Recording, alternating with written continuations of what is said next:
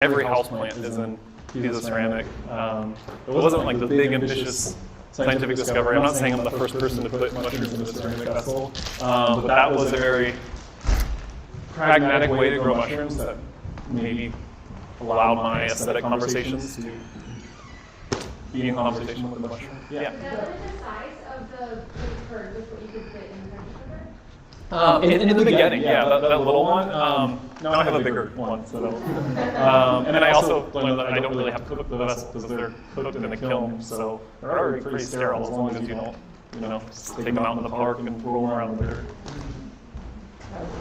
dirt. Okay. Are we back on? I think so. So yeah, if you ever have a chance to see Candace's work, Candace is really incredible artist here in Los Angeles. So I finished school, and a lot of my peers were looking for adjunct jobs. It was COVID.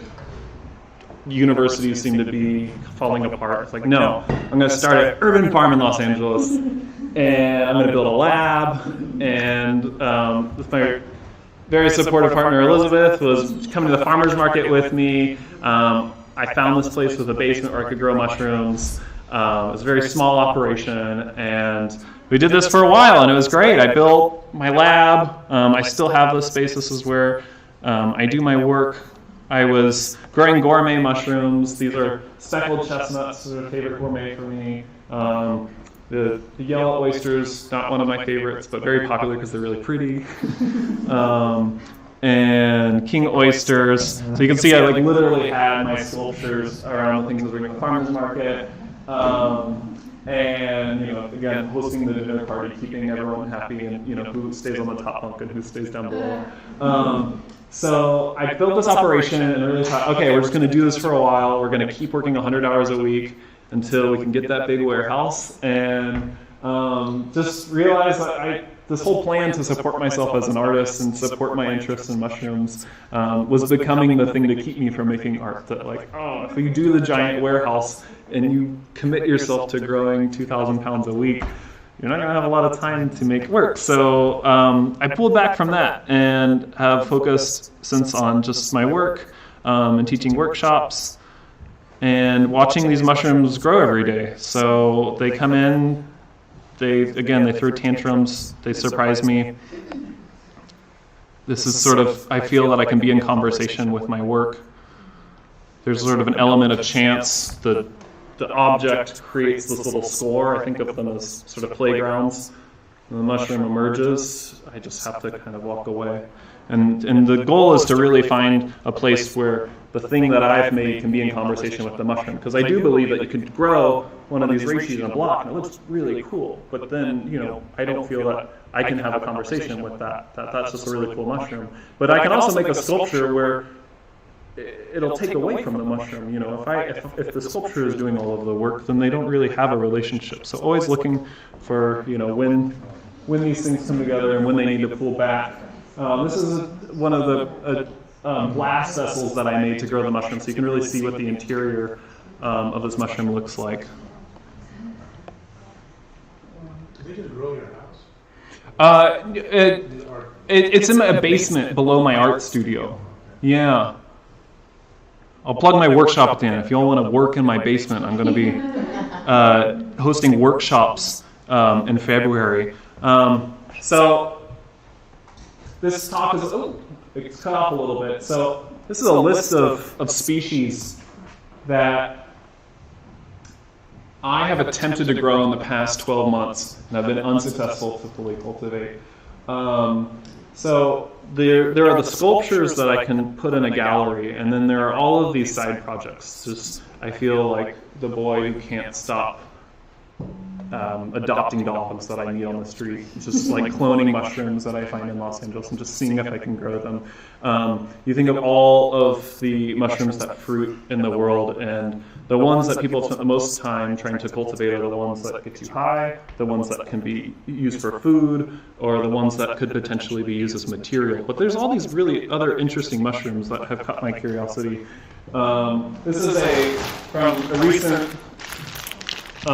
speaker here at LAMS, Josh McGinnis. He brought me this maize polypore culture from North Carolina. I have spent months trying to grow this really beautiful woody bracket mushroom, and it often will get this far. I'll make spawn, I'll do lab work, and then for whatever reason the mushroom goes, I don't like these conditions, this is not what I need, or maybe the culture is not something that can grow in the conditions that I've provided. So you do all of these experimental things, and sometimes it just doesn't work out. This is what my life in the basement is like, and I put this in here because this is what my relationship with mushrooms really looks like. There's a lot of testing. The things like shown in the gallery are great, but behind that are all these other projects and conversations and frustrations.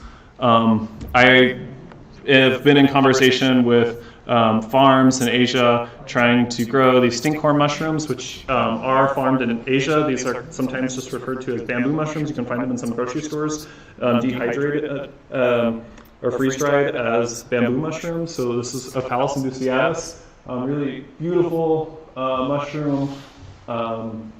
These mushrooms cements really quick, like cordyceps. They have not evolved to stick around for a very long time, where reishi, if you get a petri dish, you can keep that alive for decades. These mushrooms, I get sort of a year if somebody is willing to give me a commercial culture, and then growing this mushroom in really dry Los Angeles has also proven to be difficult. They also attract a lot of flies, so the times when I have gotten blocks and trays and tubs and terrariums full of these mushrooms, they just create a fly infestation. So this is some of the work I'm doing in Los Angeles, because I don't really see anybody in the United States or North America trying to grow this mushroom. I'm not saying that it hasn't been done, but I think it would be really interesting. It's a really smelly mushroom until it's freeze-dried or prepared. It's a really nice delicacy. It's called the bamboo mushroom because it's grown on bamboo cuttings in China and other parts of Southeast Asia. This just kind of gets to this question of, like, what is my relationship to the natural world in this sketchy basement of cement and metal, and it's sort of a strange relationship. In this windowless space, I do feel a connection with the natural world and with these mushrooms, and I'm deepening my conversation and understanding with them.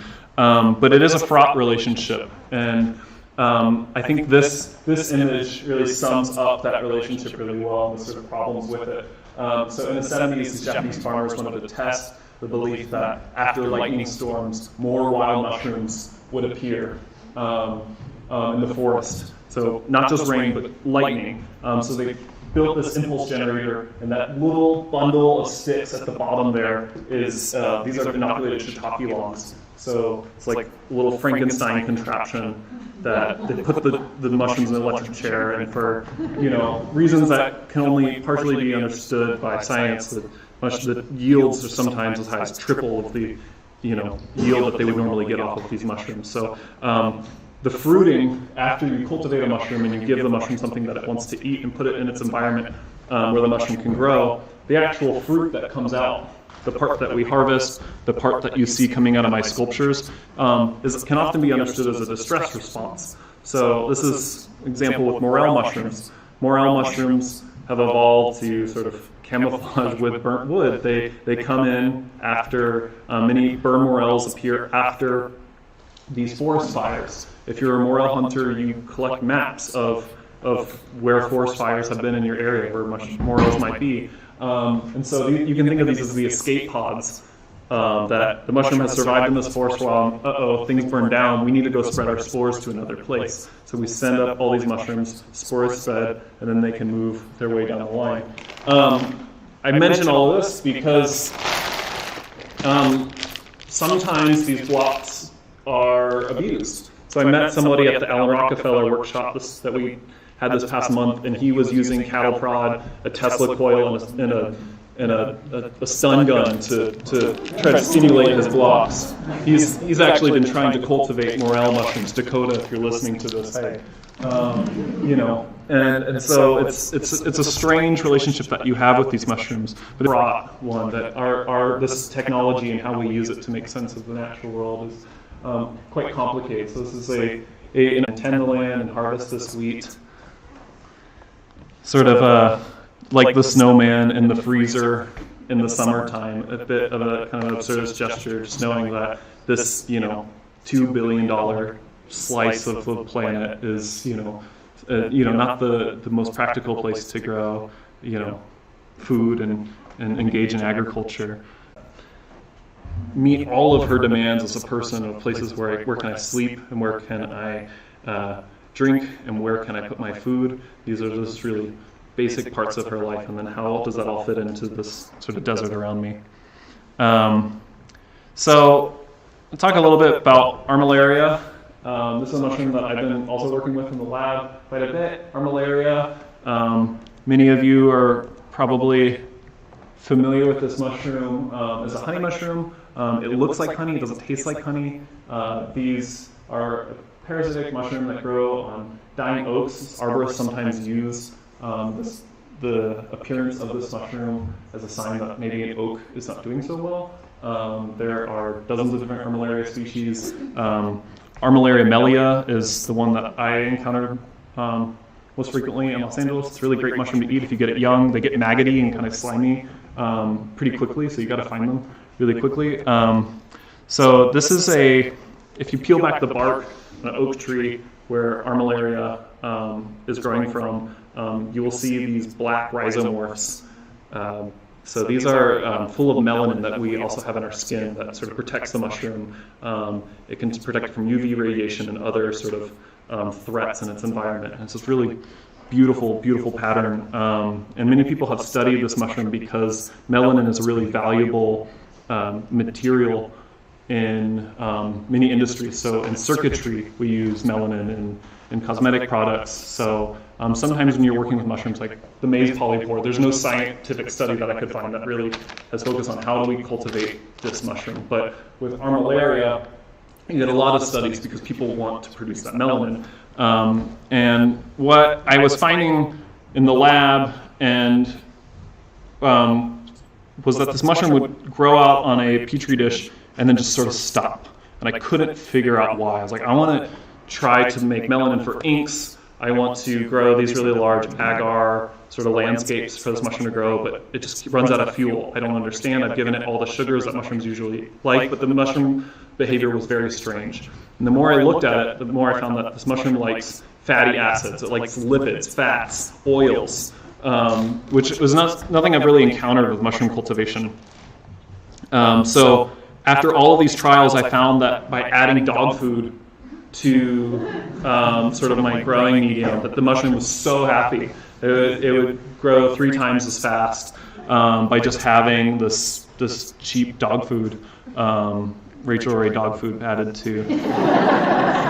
Always premium, by the way, when you got a diet, always premium.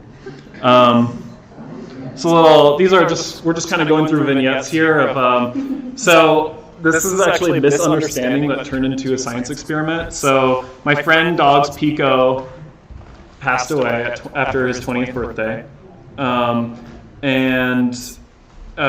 friend Marcus reached out to me and said, I'm just really sad about Pico. I'm a dog person, so we were really talking. And his friend told me, I think Marcus would really love if you made a ceramic object for his urn, and he doesn't think he could buy one from you or could afford it. I'm like, of course, I'm going to make an urn for Pico. And he's like, yeah, just having kind of one of your sculptures for memorialized Pico would be really meaningful. And I thought that he wanted me to turn Pico into a mushroom. But I guess he just thought that I could make like a little vessel. But then when I came forward to him, I'm like, all right, so this is the part where the mushroom will grow out. He's like, that's great. I just didn't know that. So we mixed Pico's ashes with oak sawdust, and this is the little mushroom that came out. So Miko phoenixed. And I added this last night. This is a great artist in LA, a friend of mine, Noor Mobarak. Noor is a multimedia artist here in Los Angeles who also works with fungi, and I was reading the catalog that Noor's work was featured in, and Noor had used the sperm of some of her potential impregnators sort of in her substrate. So another sort of bodily connection I thought was quite poetic.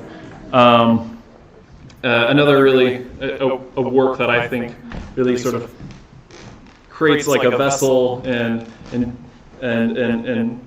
document of the body is this piece by James Lee Byers. This is from 1989 called The Angel. This work doesn't get shown enough, I think.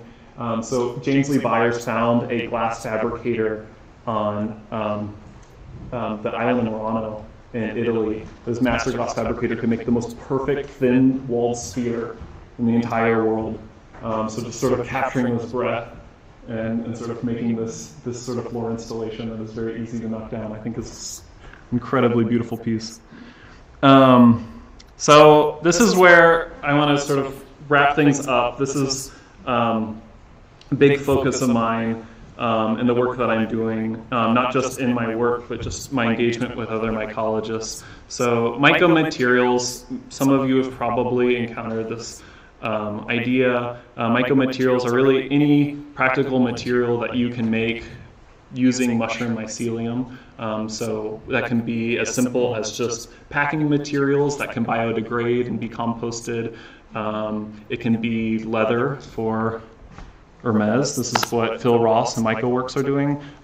You'll see the name Ecoveda, which is a big sort of industrial operation that has done a lot of patents in the past 15 years around this. And there's really sort of this potential for a future where we can replace a lot of plastic products with these compostable products grown ostensibly from trash. They're also quite useful for creating unique sculptures. All of the works actually in this image are from mushrooms that I have cloned growing less than a mile from my studio. So just from mushrooms off the street, I can take a pile of sawdust. Literally, someone will tell me that they have oak wood chips in their driveway. I can go and pick that up, and in my lab, I can sort of mix the two together and create these really complex forms.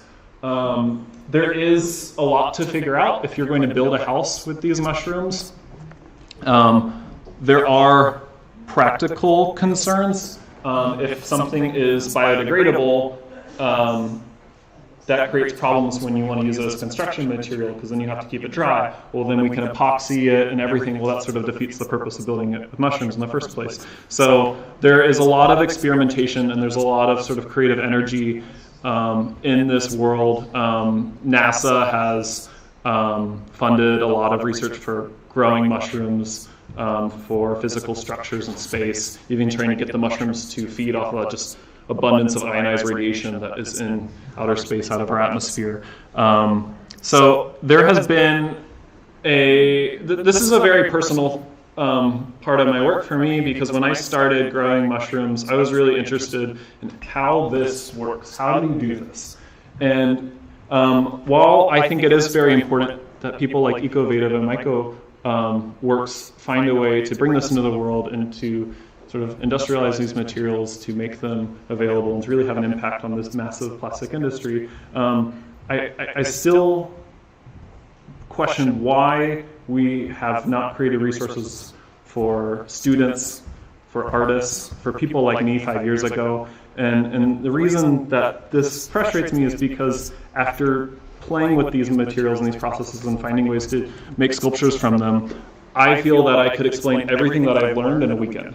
And if I could have had someone sit me down and tell me what I know now, I would have had so much creative energy to run with and to push this. And I think artists are in a really unique position to explore these materials and how they can be used. And so I just want to empower anybody who kind of feels curious about these materials to work with them. You don't, with a little Presto 23-quart pressure cooker from Walmart, you can run an entire lab. You don't need a multi-million-dollar facility to make practical objects from mycelium. And I think there's a lot to be explored. And I would love to see more resources for people like me who want to get into this. And I think that's very separate from the path that the industry has taken to try to make, thousands and thousands of vertical shelves of packing materials that can be used by Amazon. I think that's fine too, but my interests are very, very different from that. This is a little example of some of the experiments that are happening in the studio. My friend Lucia called me up one day and was like, we're going to start a business together. I'm like, okay, sure. It's like, I had this dream and we're gonna make yoga foam rollers. And I'm like, oh, like Lucia, like, you know, that I'm not gonna like rebrand to do like Silver Lake yoga stuff now. I really just focus on the science. And then I got the phone and I'm like, well, that's actually genius. It's a tool. You know, we can do this. And like, what a simple use application of this technology. So we really played with it. We started to find Ganoderma that was growing on palm trees, and thought that that would be a really interesting mushroom to pair with the hemp that we were growing some of these materials out with. So some of this is still being tested. Lucia ended up moving to New York, so our plans to really scale this slow down a little bit. But yeah, this is where some of my thinking is right now. At some point, maybe getting a book out there would be great. I'm sort of amazed by how little there is now still. There's a Discord and a Facebook group, but I think we need maybe a lot more than that. And also just how simple this can be. These are projects that I did with the Pilgrim School students here in Los Angeles. We took their drawings and photographs and fed their artworks to this native mushroom that was colonized on hemp. We did this in a classroom, not in a fancy lab, but in plastic 99-cent store bins. We're going to do another version of this project today. You know, I didn't need to debrief them on months of science in order to get here. There's a little bit of lab work that I had to do in order to bring these materials to the classroom, but we also inoculated books. This is an easy one. This is fun, really, if you want to kind of get started. That always gets a lot of attention. And with the middle school students, we made these lampshades, again, which is sort of repurposed bowls, 99-cent store materials. It's not terribly complicated. I don't say that to undermine all of the hard work that I've done to research this, but because if I can figure it out, I promise you can too. It's a very intuitive process. You create an environment where this mushroom can grow. You give it something that it can eat, which can be, you know, animal bedding that you order off of Amazon. It can also be invasive mustard that you find, you know, on the side of the road. It can be, you know, a trash, and finding like kind of creative solutions for these materials. This is a workshop that I led over the summer, scaling up these materials. And I also I think it's really important to point out that this concept is not new. It is not an invention of Silicon Valley. That indigenous cultures have used mushrooms for practical and decorative materials for millennia. And these are leather artifacts that were in a collection in the Bay, and they were mislabeled as leather decorative objects. And then recent reinvestigation of these materials found out that these were actually made of mushroom mycelium from the Pacific Northwest. The Tlingit people had collected mycelium that was growing between the bark and these very large trees. So these are ceremonial masks that were made in Nepal. So these Ganoderma, these reishi, the same mushrooms that I'm using in my sculptures, were carved and used for ceremonial purposes, and then stored in the rafters of the homes, so they would collect all the soot and get this patina. But some of these, you know, over 100 years old, these mushrooms.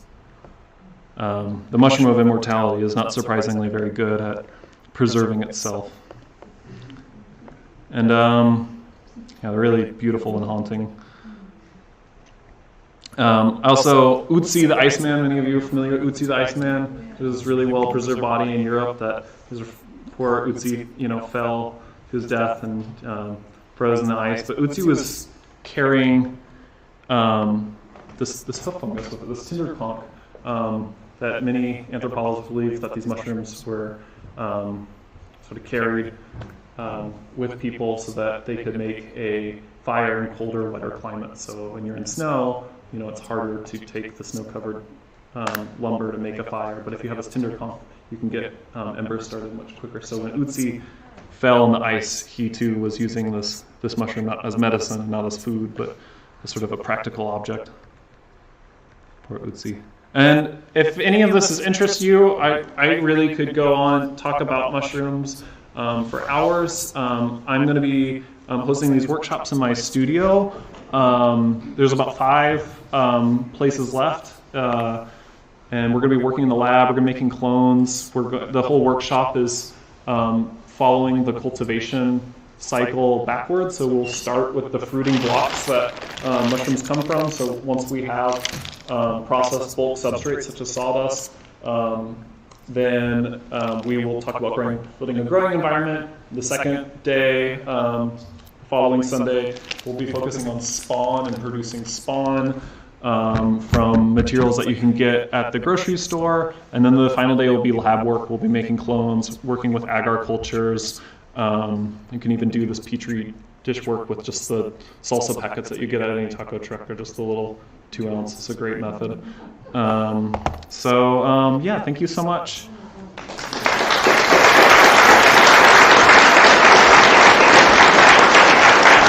Questions?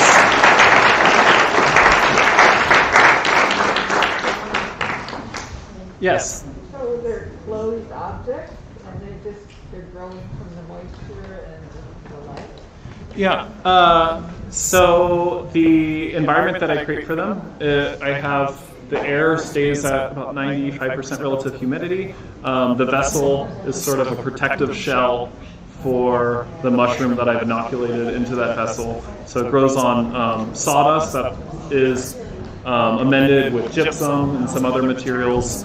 And then over the course of many, many months, and just making sure that this mushroom is taken care of and protected, this mushroom will emerge, and then it's air dried. I don't put shellac or anything fancy on these sculptures to preserve them. They just stay as they are. They stop when they run out of food, so they'll let me know when they're done. I can't say, I need you 3 more weeks. It's just when the mushroom has made a decision, and sometimes that's premature, and sometimes an extra 2 months have gone down, and like, what is going on? So they all have personalities. Some of them are fussier than others, and yeah. Then can you sell them, and then they last? Yeah. I mean, just like those masks from Nepal, these mushrooms, if we were to leave them in the rain under a tree, they would decompose as would wood or really any other organic material. But inside, in the air conditioning, as especially if you don't leave them in a bright sun or in a bright window, they'll last for a long time. Yes. Have you experimented much with bioluminescent mushrooms in your work? Yeah, on that list, I have Panellus stypticus is a really popular bioluminescent mushroom. The mycelium is bioluminescent and not just the fruiting body. I've also attempted to grow 2 different kinds of jack-o'-lantern, Omphalodus. That's been very difficult. I get to this part where the block just stares back at me for like 6 months, and Trad Cotter tells you to put it in the refrigerator for a couple weeks to see what happens, and that doesn't do anything. So, and so jack-o'-lantern is bioluminescent, but only the fruiting body, not the mycelium. And then those honey mushrooms, those plates are also bioluminescent, some more than others. But Panellus stypticus, I actually had a really bad run. I was working with a culture I got off of Etsy for 8 months. It's another thing, is there's not like, the Smithsonian doesn't have like a culture library that I can borrow from. I talked to some random person on Etsy, and then I work with their culture for 8 months to find out that it's, it's an oyster mushroom. Wow. There's something, it didn't fruit, but that would be great. I think as the popularity of cultivation has risen, more people are creating libraries and cultures, which is really important, especially for things like cordyceps that are really only they only have strong genetics for about 8 months. You have people cryogenically freezing things, and sometimes that works. But anyways, yes. That answered part of my question. I was going to ask if the mushroom mycelium are different strains, like they have a lot of different properties between them. I know like there's like market for like fire resistant and like flexible kind, but like are there differences between the different myceliums? Between the different kinds of myceliums, absolutely. So with mycomaterials, you're spending a lot of time matching genetics with a substrate that will produce a very dense mycelial mass. Some mushrooms that are very in like optimal conditions, like lion's mane, it won't create a dense mass. So reishi has a very dense mycelium, and that's why it's used for materials. So maybe something that isn't medicinally viable or would be farmed, unlike those farms we looked at in Japan, would be great for materials. Or maybe one is really great on hemp, and you have an abundance of hemp laying around. Or somebody cut down, 10 palm trees on your street, and you have this free material, and you need to, it's in the library, which of you like palm tree? So it just depends on the application. And when you're farming mushrooms, the mycelium is less important because we're harvesting the fruiting body as long as the mycelium is strong enough in order to produce that fruiting body. So absolutely, they all have different patterns. Some people can even recognize just from a plate what strain, is grown, which is, I haven't been doing it that long. Yeah, it's kind of like the fingerprint almost for some mushrooms. Yes? Can you use fabric? Like, have you inoculated fabric and let it grow out of that? Absolutely. So there is an artist, an artist based in Los Angeles. I'm forgetting her name. I should, maybe I'll share hers to my story today. That is doing this remediation project where she's inoculating fabric and cotton waste with oyster mushrooms and other mushrooms that can break down those materials. I'm starting to use fabrics to reinforce some of the mycomaterial casts that I'm producing to kind of create these shells. It's a bit like fiberglassing a boat. You have this foam, and you add that fabric. It sort of adds a shell, a little extra protective layer around it. So absolutely. 100% cotton or something that can be broken down by the mushroom is great. But mushrooms can even grow around like a synthetic surface that they can't break down. And so there's different ways. Depends on the project for mycomaterials that can be useful. Danielle Stevenson is a great thinker, has presented here at the Los Angeles Mycological Society and consulted a lot of my work. I really look up to Danielle. Danielle is doing these really large-scale remediation projects here in Los Angeles. She has taken these sites that have been quarantined, brownfield sites that no one has been able to build or on this land or use because the land either has heavy levels of diesel. I'm not going to be able to do justice. Her work is very beautiful and complex, and using mushrooms to address kind of depleted soils or toxified planet. It's not of science fiction, but something that deserves our attention and research. Yes? I noticed you mentioned the reishi, the way it's growing in different branches. You talked about turning light and how it reacts to it, but it also looks very much like corals that are grown that were responsive to water circulation and will adjust it.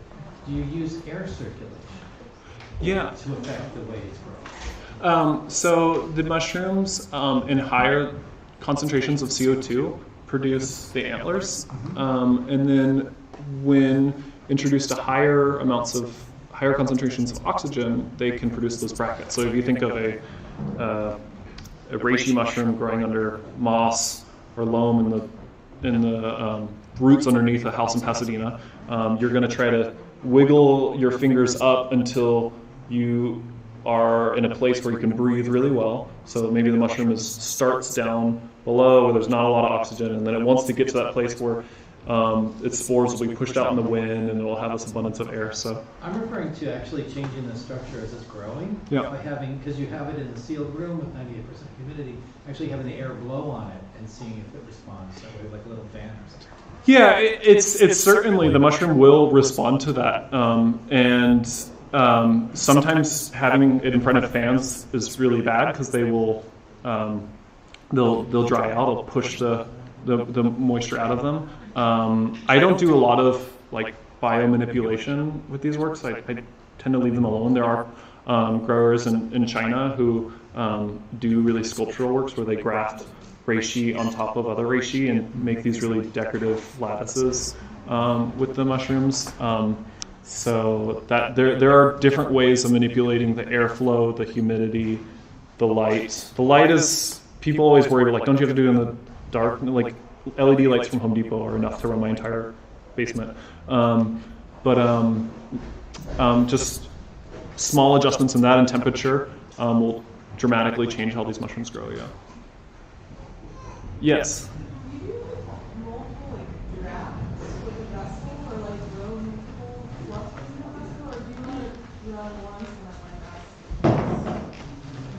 sometimes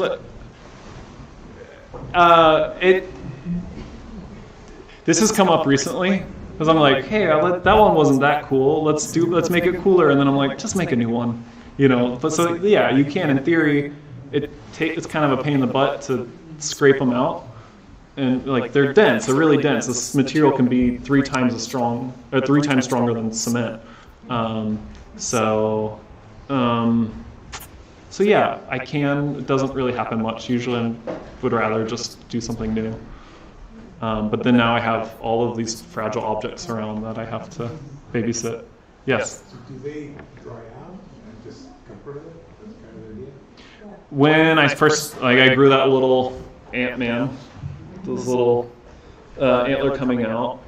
I thought, okay, well, we got to find a way to preserve these, and I tried a bunch of funny stuff. You know, people will shellac these and rub oil into them, spray them with alcohol. But I found that the best results were just leaving the mushroom alone. I don't put them in an oven. I don't do really anything if I don't have to. And that also just conceptually, I like that direct encounter with the mushroom, that when you put the oil, it's just one more buffer between you and the encounter with the mushroom. And they do really well. That the more I interfere, the more that the mushroom says, we don't like that. Yeah. Where are you located? My lab is in Lincoln Heights, yeah. It's by the hospital. What did you do with the fruiting body of Pico? Of what? Pico's fruiting body. Pico's fruiting body? Oh, we left it there. It's just stayed as the urn. So, you know, Pico Phoenix is this little tiny mushroom, and, you know, we left it there. I can't say that Pico's ashes were metabolized by the mushroom really well. It was mixed with sawdust, but there's Pico. Pico is in there. Every part of Pico is in that vessel. What was that? Everybody's pets. Yeah, nobody has followed up with me. Maybe that will be my employment. I don't know.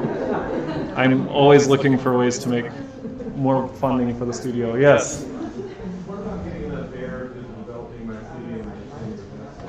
Is that no problem? You have experimented with different holes and patches. Can you say that a little bit? Well, getting enough air and developing mycelium for it to work. Has that been a problem for you? Have you learned a lot about having too many holes will dry out and not enough? Oh yeah, absolutely. I think in the beginning it was the question is if the vessels that I make create conditions that are not optimal for the mushroom to grow. If the holes are too big or too small, and that's really the conversation that the work is always in with the mushroom. The first ones I thought, I gotta really protect these mushrooms. The holes are really small, and then the mushrooms were like struggling to breathe. That I found that it was harder to dry them out because they create like a wine cork in these tiny little openings. So they need a little bit more, but you can't. You got to find the sauce. You got to find that middle part where the mushroom gets everything that it needs. And do you use filter patches on the holes on the No, I have. The problem, filter patches, if they're wet, they don't work. It's like trying to breathe with like a wet shirt over your head. Like if there's contamination in the air, it'll just move into the mushroom. So when I have these substrates, I won't put filter patches because they're usually in wet environments. So I find other ways of sort of building little personalized condos for them. Yeah. Where can we go to see your sculptures? I have a show up at Emigrate HQ right now.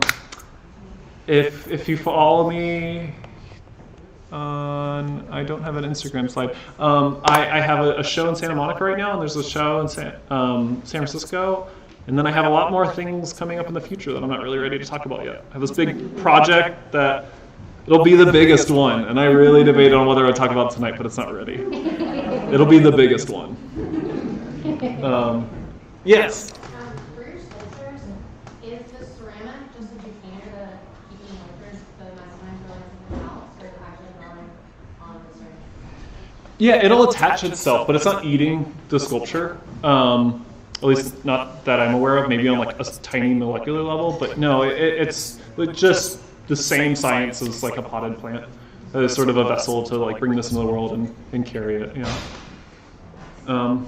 Also, just want to say like this is a really there's nothing I feel more allergic to in this space of like competitiveness. I think the mushroom world is really, really small, and I don't really see the benefit of competing. I think there's a lot of room for experimentation. The deeper you look at this, there are more opportunities there seem to be. There are so many mushrooms that people just don't pay attention to. Everyone knows each other. It's really hard to make money farming mushrooms or really doing any of this thing. If you want to like do a big industrialized operation, like that too is very difficult. And there are people who are interested in money, interested in mushrooms, and are willing to fund mushroom operations or biomaterials. But I think that culture of reciprocity and like the mycology society is really, really important. It doesn't mean you have to share everything that you do. But I think that's really key for people to continue to communicate moving forward. And you may not be as big as someone like smallhold farming, but there are lots of people selling carrots at the farmer's market. You can grow different kinds of mushrooms in different kinds of ways. There's so many ways to,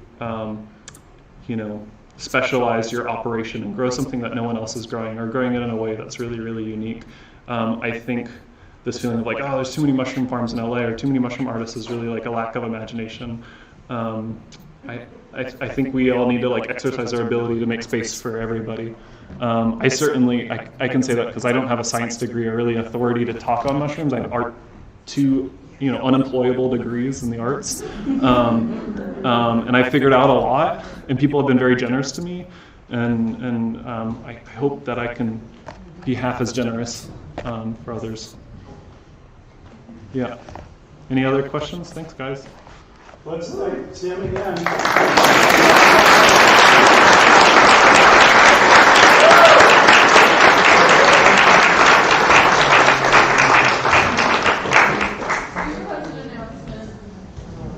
Who brought the little blue mushroom? Who brought the little blue mushrooms? Yes, I wanted to ask about it. So exciting.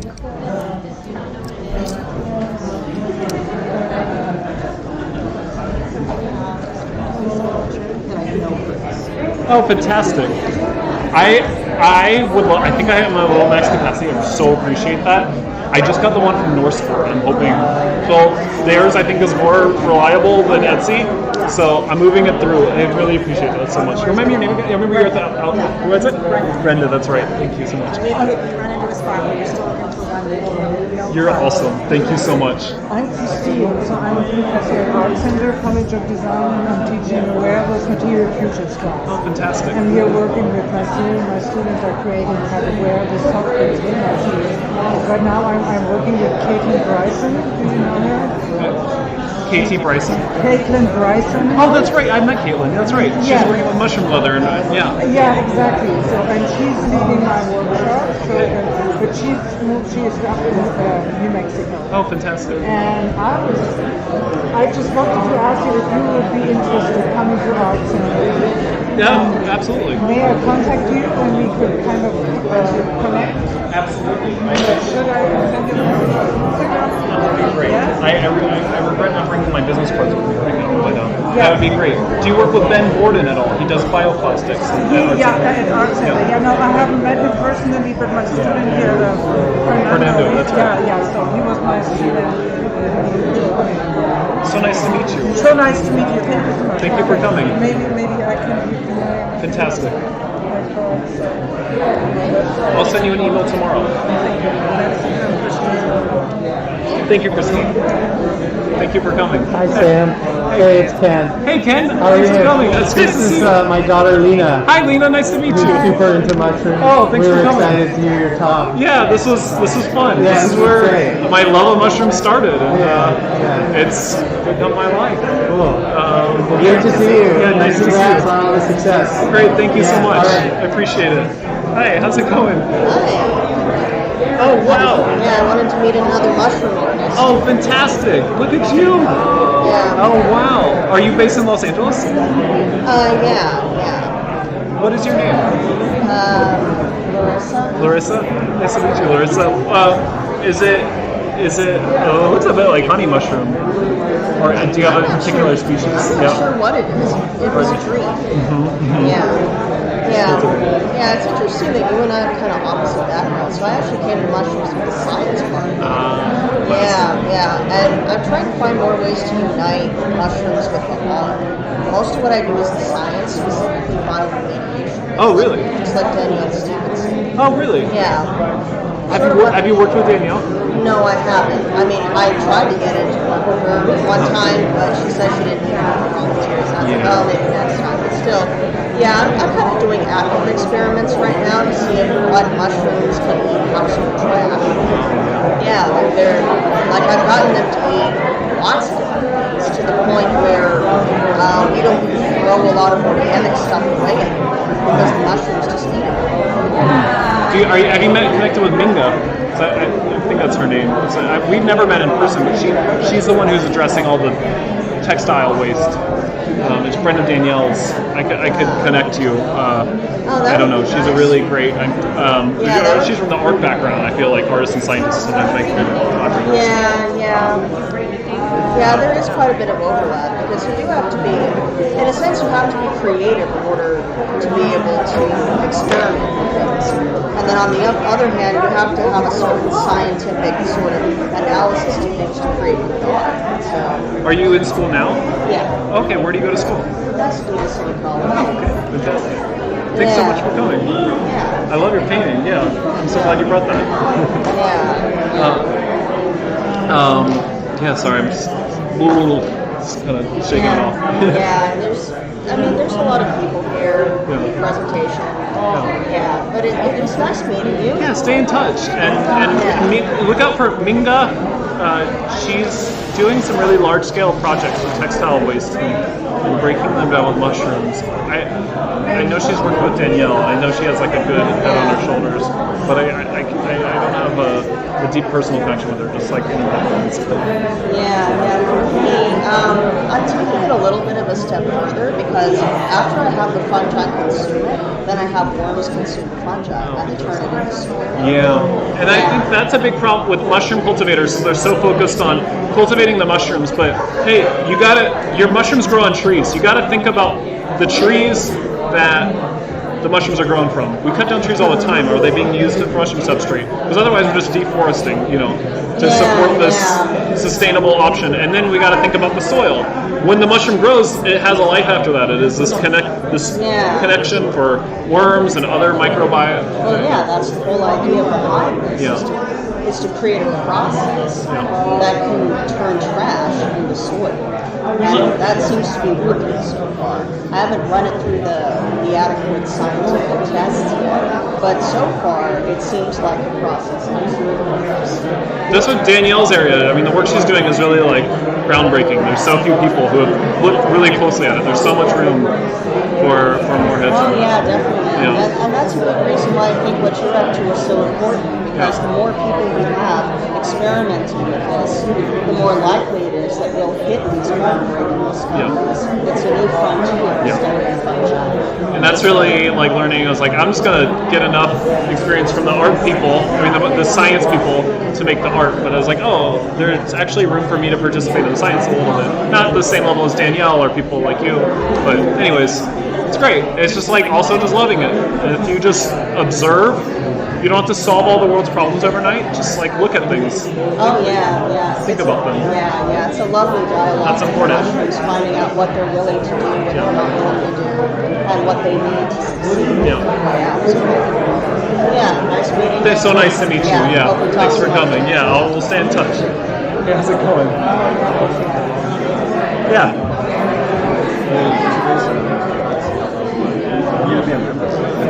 Oh, no. This is just independently through me. So I just have this workshop. I do workshops that are usually, this one's like, I'm charging more because I can only fit 8 people. I decided that to work really intimately for the things I want to do in the lab, it just has to be a smaller group, so I had to charge more. But I will also do the we're waiting to hear back from the botanical garden, but like my workshop at the mushroom fair, you don't have to be a member, and I asked them to make it $15. I think they might have bumped it up to 30, but it'll be 2 hours of just producing spawn. I meant to go over that a little bit, but yeah, it was spawn production. When you read the books, they give you one recipe, but it's not a very you can't really adapt that for budgets and time frames. The budget the recipe that's laid out in the Paul Stamets book is something that takes 48 hours, and I don't have 48 hours to plan 3 times a week. I need to like go and I've learned a lot of tricks to using inexpensive materials and doing something that is maybe 95% as good as what's laid out in this Paul Stamets book, but able to accomplish a whole lot for the scale of my operation. And that's really what the workshop is about. Okay, Paul Stamets gave us one solution. What if my budget, my time frame, and my scale looks differently? How can I adjust some of those tools for what I'm doing? And that was really helpful for me to discover and made my work move a lot faster once I got consultations of like, okay, the books tell you one thing, but you can do it in a lot of different ways. Anyways. Yeah, for the more art-focused things, it's my name, Sam K. Shoemaker. I had a slide in here. I don't know why it got cut out, but Myco Farm on Instagram is the name for the farm that I'm hosting the workshop at. But yeah, I think it'll be fun. The art fair, I got big shoes to fill. You know, Peter McCoy, I guess he's too busy for the art fair or the mushroom fair this year. So I'm gonna do a cloning demo. Oh yeah, Michael. Yeah, I'm kicking myself because it wasn't the last slide. That was like the most important one, so people can stay in touch. Yeah, I got it. Myco Farm. That's me. Yeah. And then the most recent post, I'm Myco. That's me, and then so that will be that's Sam. Thank you very much. Yeah, thanks for coming. Great. Do you know anybody who's doing like mycelium coffins? I was reading about that. There was a place on Long Island. I think you mentioned them. Evo something or say it one more time. A mycelium coffin. I want to be composted. Oh yeah. See, here's the thing with like myco materials is it feels a bit like the crypto space. There's a lot of people making big promises, and which ones are actually possible or feasible. Like a lot of things exist as sort of test objects. I've seen a million pictures of the mushroom purse, for example. But we're at a place stitching, and then you're like, okay, so where's the packaging? So the coffins of like, they do these small scale things, but I haven't actually seen them roll them out. Okay. Oh, I've only seen one, and it's like the exact same thing. You know, like this one person who did it, but I'm not sure if it's real business. It's another company. I'll also say, with some of those companies, a little personal, I think that is a great alternative to the way that we handle and it's actually the most natural way. And people think I'm nuts for even suggesting it, but I think it's a great idea. It's the most natural thing. I'm not there. I'm not at a place where I'm ready to No, you're a young guy. I'm an old man. But I also question when you look at the literature that is provided by some of those companies, like what they're doing, they don't even identify the mushrooms that they're using. So it's like you might as well put yourself in a burlap bag. Like that will decompose too, I promise you. You know, like they'll say embedded with spores and stuff. I'm like, what spores? What species? And that's where they go. So it's there, but I think a lot of it is it's a lot of idea. And then the science and practicality is to be determined. That's a little personal anecdote. But I also think the beauty and intention and even just poetry of a gesture like that is important. Even it's not proven by Western science to do something more to soil than anything else, but I still think that matters. Yes, thank you. Go ahead. Just one more. I got to get my lift. It didn't. On myco.farm, I didn't see your. Yeah, I linked that on my website, or on the Instagram. I can it's Myco on Instagram? Myco Farm. Okay, how much is it? It's for 3 days, $300. So this is the most expensive workshop I've ever done, just because it's small. Thank you. Yeah, I know these guys were waiting. I just want to say, really awesome presentation. Thanks so much for coming. Could you repeat the name of the art installation place that you located at right now? Santa Monica. That's the Emma Gray HQ. If you follow me on Instagram, I've got a little on my thing. Oh, fantastic! Yeah, this show's up. It comes down on Saturday, so it's last week. But yeah, hopefully I'll get to show more. I know my boss was here. I'll be at the fair. Yeah. I'll do a spawn workshop, and then we'll just do like a demo on cloning. It's really simple, but just to give people make them feel empowered that, hey, with really simple lab setup of something that you can start with $200 of materials at Home Depot or Walmart, you can clone mushrooms from the grocery store and start your cultivation operation from there. You get like people like Small, they put lots of money into making sure that they grow the best. Intellectual property problem where Hokkaido developed those genetics, but the mushroom industry in the US isn't big enough for them to actually take anyone to court. So technically every time you grow like a black pearl, you could be sued. Just it doesn't like even Smallhold technically like they grow it on a He's gotten to the point where he doesn't care. Like he's just like whatever, like take it, it doesn't matter. Statements on the other hand can be kind of like sends you a contract like, and if you steal this mushroom, it's like, come on, Paul Stamets, you don't own the mushrooms in the forest. Cool down. Yeah, Paul Stamets, we're not crazy about Paul Stamets. That's like lesson 1. Don't like Paul's kind of a hack. He's like the grandfather. myceliated brain. Yeah, myceliated brain, it's fine. It's also a scam. But yeah. That IP stuff reminds me, I think like there's like in the gardening world, seed hybrids get like copyrighted or whatever, and you can't really save them and grow them, which is kind of silly. As like an artist, I can just ignore all that. Yeah. That's a problem for like, MycoWorks and for the people who write patents and Smallhold. That stuff doesn't matter to me. I'm not making enough money with my art, and probably will never in this lifetime for them to even blink an eye at what I'm doing. By then, hopefully, I have enough skills that I have my own You're having stuff. fun, though. Yeah, that's the. You said you had your first meeting in 2015, right? Yeah. A lot has happened. Was that just like you didn't know anything about mushrooms? I was wandering around with a David Aurora book, and I couldn't figure out why there weren't any chanterelles. I looked under every oak in October County. They exist. I don't know. Did you see this chanterelle on the table? Someone brought one in. They might have driven it though, but people go out foraging and bring them from Santa Barbara. They exist. I'm not saying it doesn't happen, but I live on the east side. They like coastal oaks. If you go above San Luis Obispo, generally your chances are exponentially better. I'm not too worried about chanterelles. I'm trying to find morels. There's a morel map. You can buy a PDF for like $20, and they map out where they think the season will be based on the burn season. Yeah, I've been looking at the burn maps. The California puts out. I don't know if that's helpful. Look on INAT too. You can copy. But people like all the commercial foragers, they go on private land. That's their. You just have to have access to private. I'm a terrible person to ask for that. Ask Stu and Bat. Maybe they have secret spots, but sometimes people are very coveted about their GPS locations. On Craigslist during morel season, see which counties are selling wild morels. You're like, oh, the locals are finding morels. Go there. I like a bechamel and a cream sauce with pasta. That's my favorite, but I think they're the best mushroom. I'm a pasta fanatic, so it's definitely what I'm trying to do. The chanterelles are good. I just find them like texturally they're a little like slimier. But yeah, I'm not a cook, but the morels I think that's like it's hard to beat, and people are cultivating Morels, if you know what I'm saying. Look at the Danish Morel Project. It's cool.